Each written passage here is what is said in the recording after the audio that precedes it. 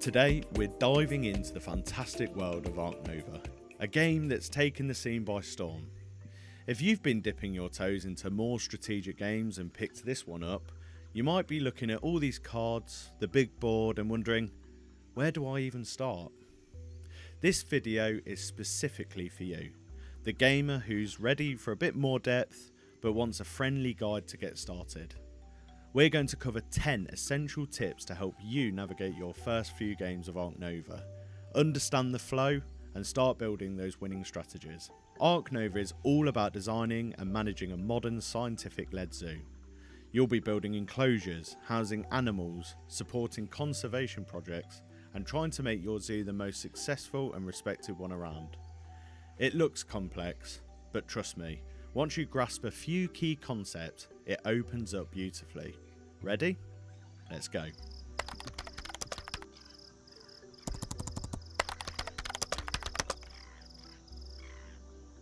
First things first, how do you actually win?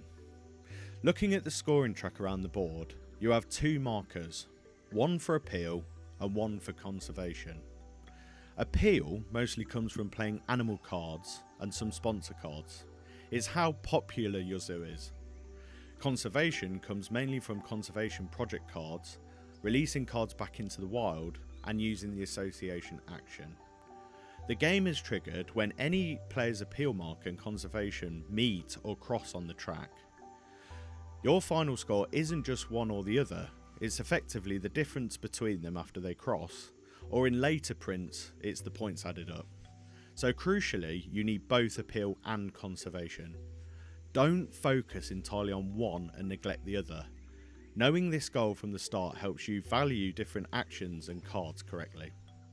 Hey, just a little thing from us. We've noticed when we looked at the numbers that 90% of you aren't subscribed. That's a lot. So if you're enjoying what you're seeing, would you mind hitting that subscribe button? It helps a lot. It helps us to grow, it helps us to get out there, but you know what's even better? Can you drop us a comment? Tell us what you like, what you don't like, what would you like to see more of. It will really help us to improve our videos and make them better. We really appreciate all the support. Anyway, back to the video.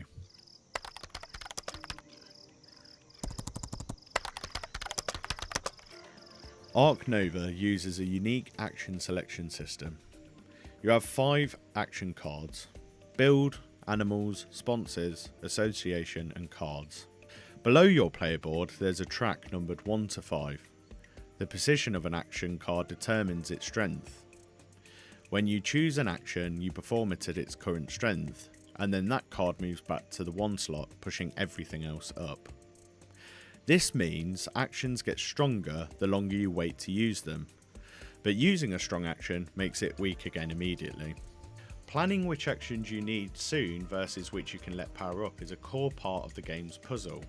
Don't be afraid to use an action at strength 2 or 3 if you really need it.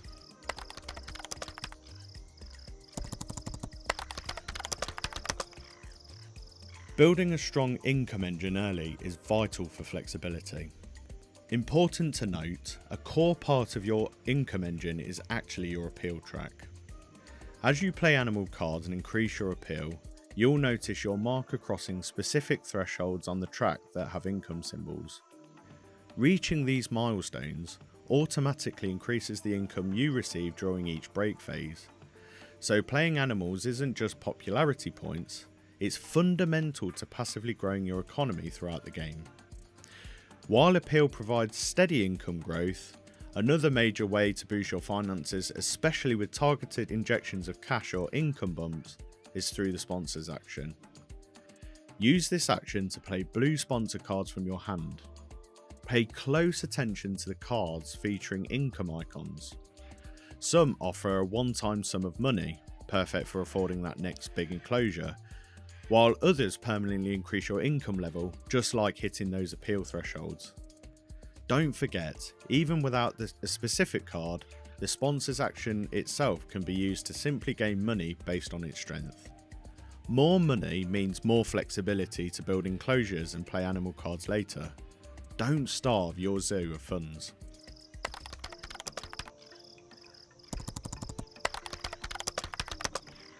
Getting the right cards at the right time is vital in Ark Nova. While drawing from the deck with the cards action gives you options, sometimes you see the perfect card sitting right there in the face-up display. How do you guarantee you get it? That's where Snap comes in. Snapping allows you to take any one card directly from that face-up display, regardless of your reputation level or the card's position in that row. It cuts through the randomness and lets you grab exactly what you need. So how do you snap? Standard cards action. Normally you need to use your cards action when it's strength 5. It's powerful, but it requires letting the action build up.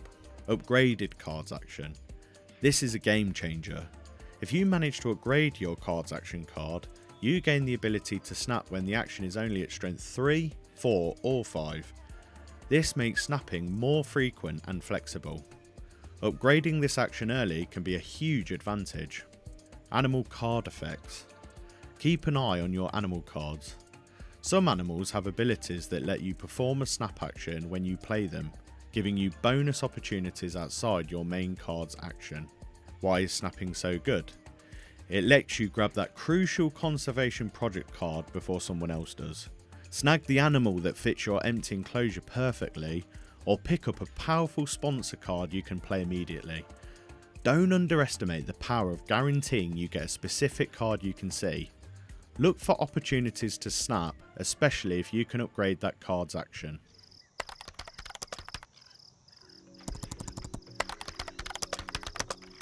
Look at your zoo map. You need to place enclosures to house animals. Think a little bit about placement. You need to build adjacent to existing buildings. While you don't need a perfect master plan from turn 1, try to leave space for potentially larger enclosures later and build efficiently to unlock those map bonuses. Kiosks and pavilions also generate income, so place them strategically.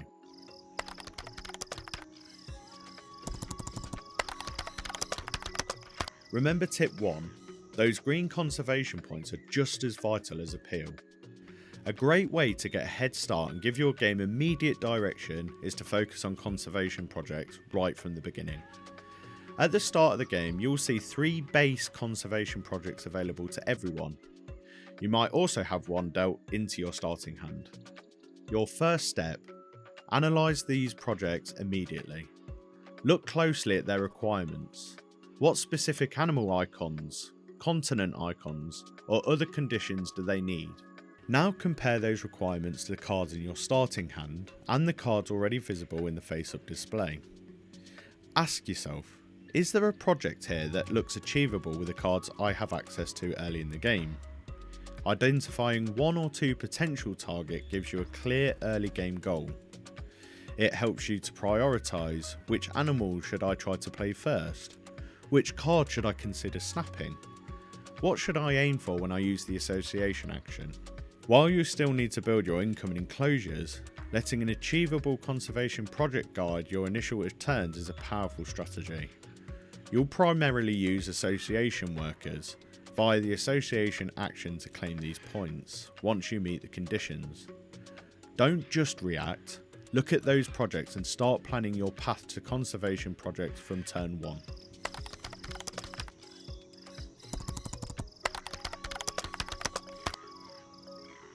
Speaking of the association action, your workers are powerful.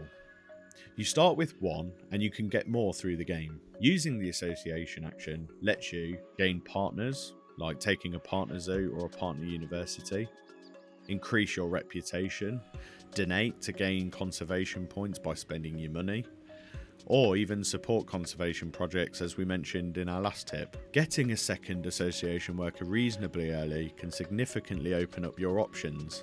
Prioritise tasks that give you long-term benefits like reputation or needed partners.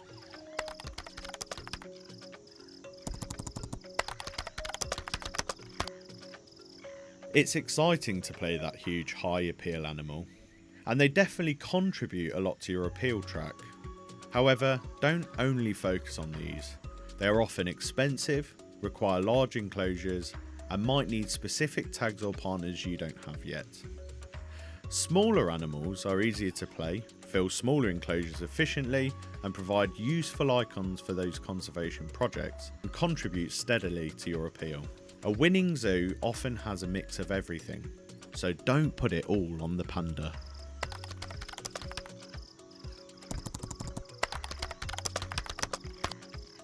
See this X token? This little token is a powerful tool for flexibility, but it works in a specific way. Think of it as a boost to improve the strength of your action.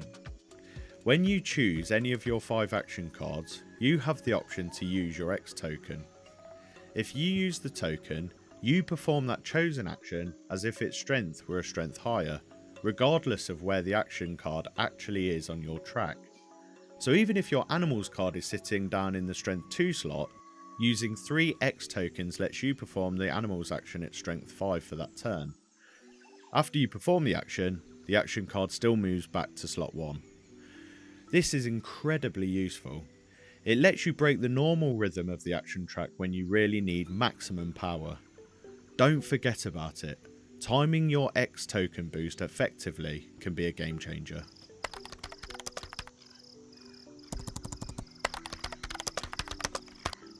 As you get more comfortable with Ark Nova, you'll realise the key isn't just doing one thing well, but balancing multiple objectives.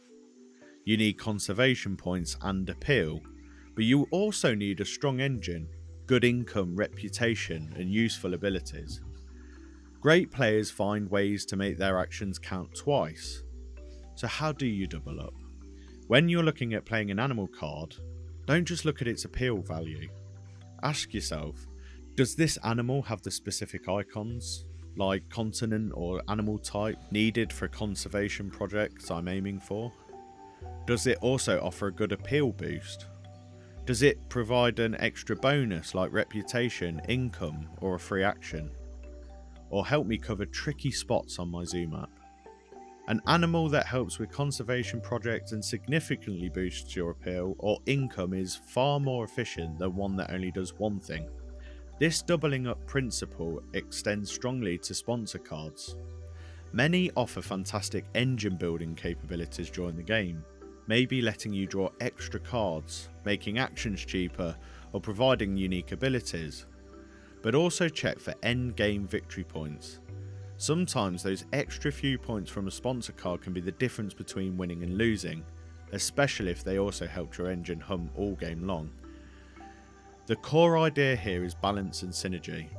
Always be thinking, how can this action push me forward on multiple fronts? Can playing this specific sponsor card set me up for a conservation project later? Does this animal give me the icon I need and the appeal to hit the next income threshold? And there you have it, 10 tips to help you get started with Ark Nova. Remember, this is a rich strategic game and your first few plays are about learning the flow and seeing how these different elements interact. Don't worry about playing perfectly right away. Focus on understanding the action selection, keeping an eye on both the appeal and conservation, managing your hand, and making steady progress. Use these tips as a foundation and you'll be building impressive zoos and competing for victory in no time. Ark Nova has a lot to explore. Different strategies, card combinations, the solo mode, and even expansions.